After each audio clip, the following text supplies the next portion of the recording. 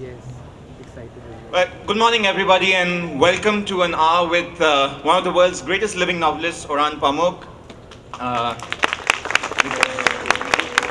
Orhan, welcome to India. Welcome. Oh, is my mic working? It's such a great joy to be in Jaipur. This is not my first time in India. I was here in 2003 and there was no festival here. I was invited by IIS, by your own tax money, some 8 years ago. I enjoyed India. That was my first glimpse of it. Very happy to be back again. All right. I wanted to say, first of all, Orhan, that I first came to your work in 2003 when I was a young and very unproductive man of 23, and I found My Name is Red in a bookstore, and I opened it and I saw the line, I'm nothing but a body now, a corpse at the bottom of a well, and I found this corpse speaking in the first chapter, My Name is Red.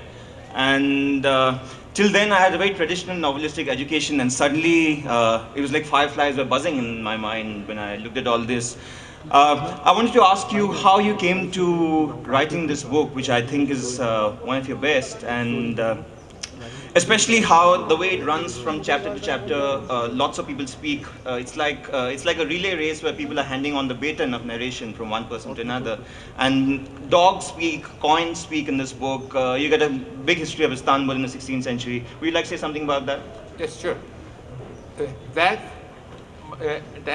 That you may know that I wrote a book called My Name is Red, which is about 16th century, I would say Ottoman, Persian, and about 16th century Ottoman, Persian, and Mughal painters. Ottomans are in decline, Persians are at the center, and it's a sort of inspirational source. Mughal painting, inspired perhaps by also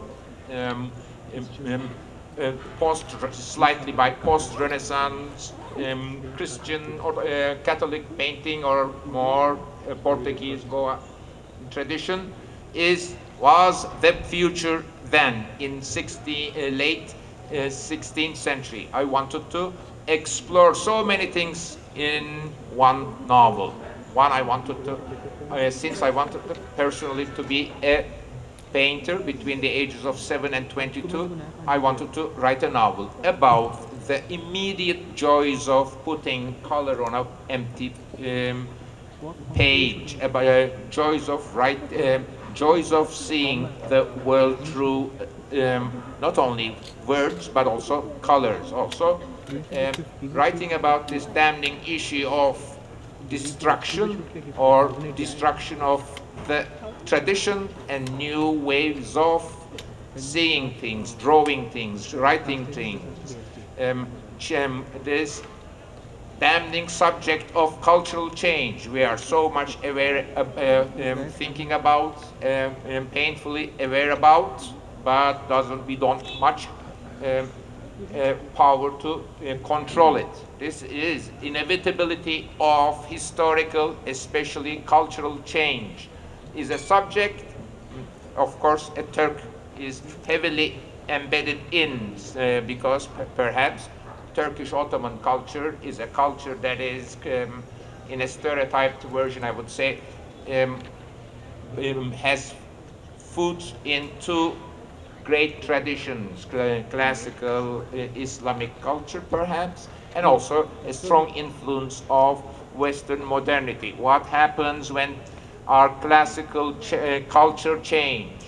Please pay attention to personal reactions. These were my subjects. That was the agenda that set me going into My Name is Red. Also, the joys of looking at 16th century Islamic miniature.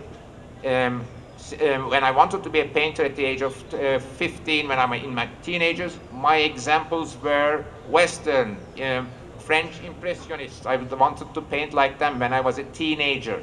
Then, late in life, I was faced, in fact, when I was first time in the United States, I had an anxiety of, my God, what libraries, what museums, what culture? So what is my culture?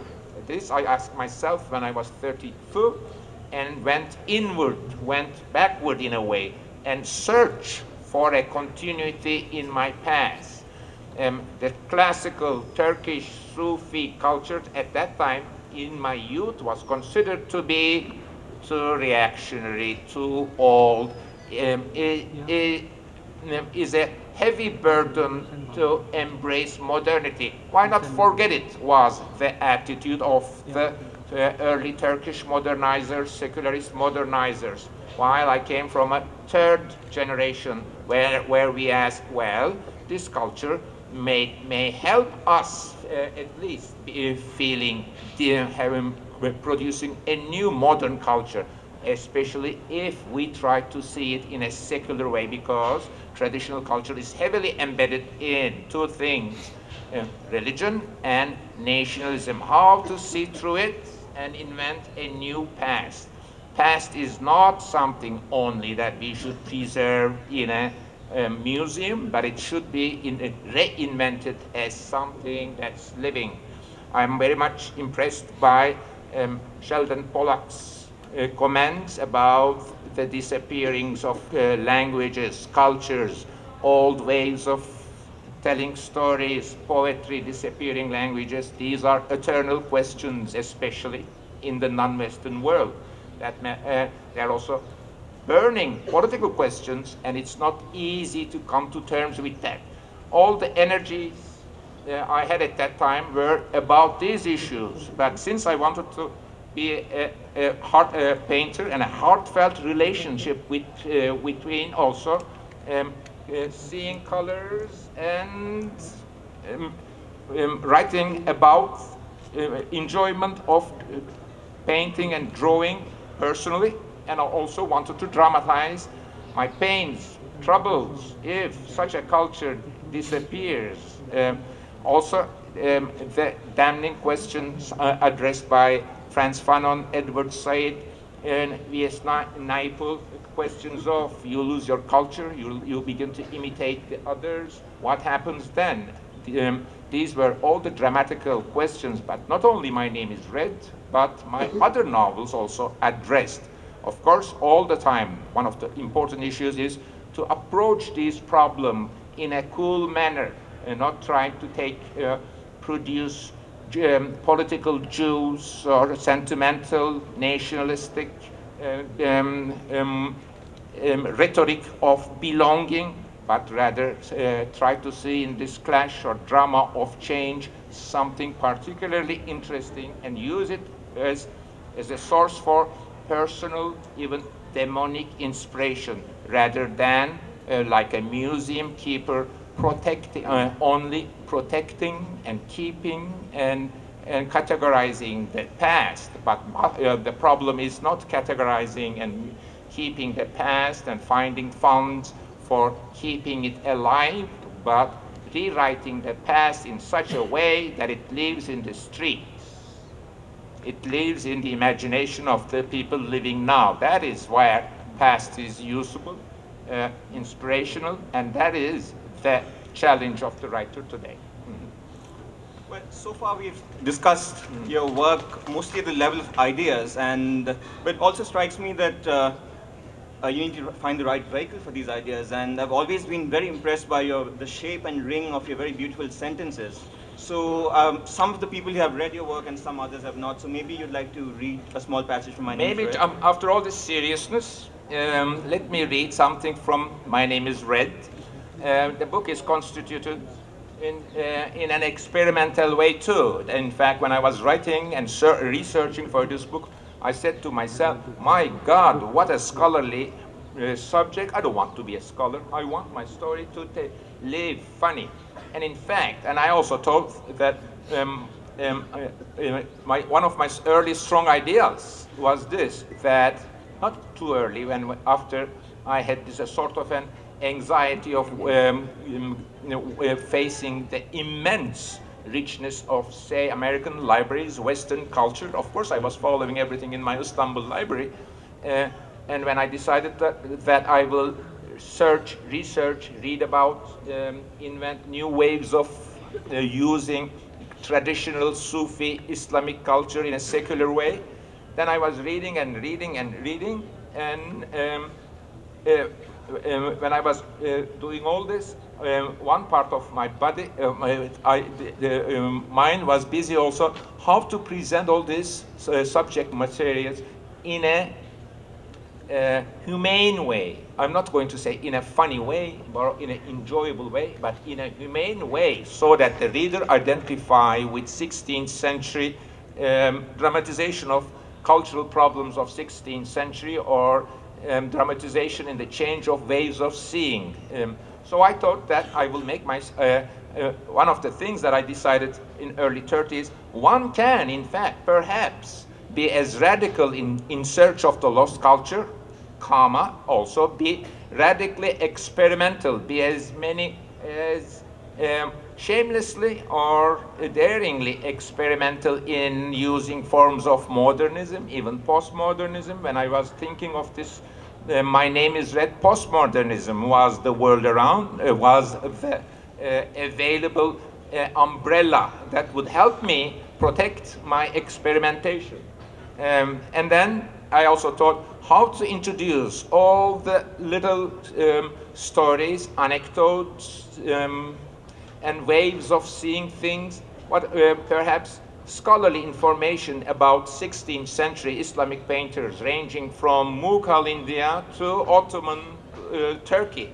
So I thought how to insert all this information. I thought that then I would write one-page stories, perhaps in the manner of Calvino, or in the manner of Edgar Allan Poe or Borges, summing up the whole subject into one-page little anecdotes or invented stories. These stories I wrote in a way they are also publishable outside the book, but then when you read them in one page, you also realize how the mechanisms, inner mechanisms, outer mechanisms of a 16th century miniature, both the same in Mughal India or Ottoman Istanbul, how it worked. What happens to us when we look at a miniature? That is also, of course, calculated by the miniature maker himself. Here is a story all about that subject. In My Name is Red, there are stories told by the miniaturists in also in different subjects. This is about painting and time. Here is a little story about painting in time. It's only one page, but I will read it slowly, and it may look like it's more than 5 pages. Once upon a time, not so very long ago, yet so recently, everything imitated everything else, and thus, if not for aging and death, man would have never been the wiser about the passage of time. Yes, when the worldly realm was repeatedly presented through the same stories and pictures, as if time did not flow, Fahir Shah's small army routed Salahaddin Khan's soldiers, as Salim of Samarkand's concise history attests. After the victorious Fahir Shah captured Salahaddin Khan and tortured him to death, his first task in asserting his sovereignty according to the custom was to visit the library and the harem of the vanquished Khan. In the library, the late Salahaddin Khan's experienced binder pulled apart the dead Shah's books and, rearranging the pages, began to assemble new volumes. Most books are actually still done in the same manner, including mine.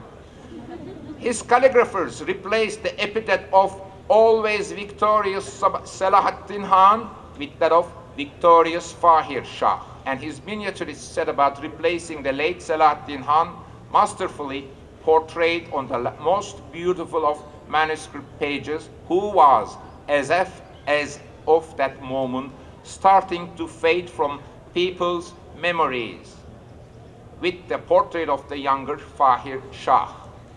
Upon entering the harem, Fahir Shah had no difficulty in locating the most beautiful woman there. Yet, instead of forcing himself upon her, because he was a refined man versed in books and artistry, and resolving to win her heart, he engaged in conversation. Consequently, Neriman Sultan, the late Selahaddin Han's belle of beauties, his teary-eyed wife, made but one request of Fahir Shah, that the illustration of her husband in a version of the romance Layla and Mejnun, wherein Layla was depicted as Neriman Sultan and Mejnun as Selahaddin Khan, not be altered. In at least this one page, she maintained the immortality that her husband had tried to attain over the years through books should not be denied. This is the immortality we are always talking about, but is this the real subject? I'm not sure. The victorious Fahir Shah bravely granted this simple request, and his masters of the book left that one picture alone. Thereby, Neriman and Fahir immediately made love, and within a short period, forgetting the horrors of the past, came truly to love each other. Actually, this is how life is. Still, Fahir Shah could not forget that picture in Layla and Mejnun. Nay, it wasn't jealousy that made him uneasy or that his wife was portrayed with her old husband. What gnawed at him was this: since he wasn't painted in the old legend in that splendid book, he wouldn't be able to join the ranks of the immortals with his wife. You see his calculation? This worm of doubt ate at Fahir Shah for 5 years, and at the end of a blissful night of copious lovemaking with Neriman, candlestick in hand, he entered the library like a common thief, opened the volume of Layla and Mejnun, and in place of the face of Neriman's late husband, drew his own. Like many Hans who had a love for illustrating and painting, however, he was an amateur artist and couldn't portray himself very well. In the morning, when his librarian opened the book on a suspicion of tampering and beheld another figure in place of late Selahaddin Khan next to Neriman-faced Layla, rather than identifying it as Fahir Shah, he announced that it was Fahir Shah's archenemy, the young and handsome Abdullah Shah. This gossip provoked Fahir Shah's soldiers and emboldened Abdullah Shah, the young and aggressive new ruler of the neighboring country, who subsequently, in his first campaign, defeated, captured, and killed Fahir Shah. It's all one sentence, nicely going down. Established his own sovereignty over his enemy's library and harem, and became the new husband of eternally beautiful Neriman Sultan. All one page. Well, I noticed that there's a repeated kind of situation in your books where more than one man is competing for the attentions of a beautiful woman, as in this passage here. And art is abused. Don't feminist critics, you know how women writers always are asking us male novelists that we get our women all wrong, we make them too beautiful, they're just objects of desire. Has that ever been I think I won the heart of my feminist critics, who are not really angry, are never really angry to me, with Museum of Innocence, I think, where that in fact for in 600 pages, in a not very open way, but I showed, among other things, I mean, this is my feministic representation of what I did in that novel, that I chronicled what men do to women when they fell terribly in love, and what they do is not nice most of the time. Right. Well, this seems as good as occasion as I need to move on to this book. The Museum of Innocence came out in 2008. It's a 500-page love story. No, 700 pages or 600 pages. Well, yes. All right. About this scion of a business family who's engaged when we meet him at the beginning of the story. His name is Kemal, and he's engaged to a girl called Sibel, who's of the same class as him. And then he suddenly meets a young cousin of his called Fusun. Is that how you pronounce it? Fusun. Fusun. Yes. Who's 18 and very, very beautiful in a shop, and he falls for her, and The story of the lives goes on for many, many years across all kinds of situations. And I think one of the things you did very beautifully here is the way you manipulated time so that I think the main theme of the book, to me at least, seemed the main theme was time and how there's a point in the book where you say we have two kinds of time, one that we share with all others and the one that we feel ourselves at certain moments in our lives when we find time expanded or contracted greatly. And those are the situations you fall when you're That is, love. yes, there is a little bit of a time or philosophizing about what is time, which is a darling subject of modernist novelists from Magic Mountain, that was just referred here, from Proust to Magic Mountain, especially in early 20th century. There was, perhaps by the influence of Bergson, there is a little bit of a modernist posing and rhetoric of what is time and remembering actually time is here and there, what is today is time is within, that kind of thinking, and I like it. It is philosophical. But in the whole energy that went into making and writing Museum of Innocence is not what is time, but what is love, particularly what happens to us when we fall in love.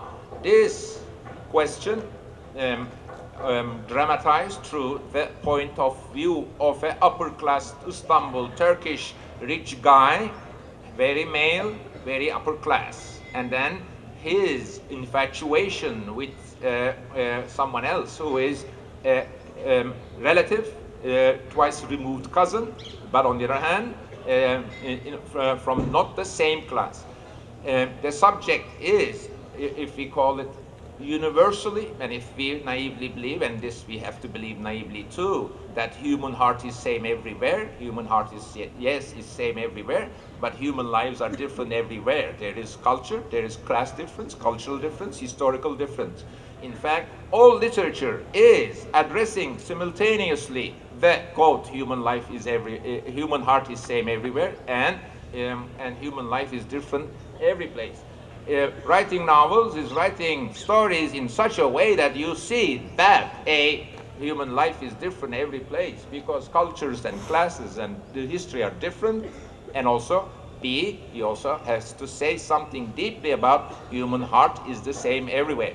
So I tried to go into what happens to us when we fall in love, seen through the point of view of 1960s, 70s, 80s, upper class, arrogant, macho, whatever, Turkish male. The fragile thing in the story was the guy at the beginning is not that lovable, while we understand what happens through his point of view, sufferings of the man. It may also be the sufferings of women. The way our imagination reacts, how actually we have not, human beings are capable of entertaining two or more than two, three, four contradictory thoughts at the same time, and in fact not be upset by this as the Cartesian logical thinking implies.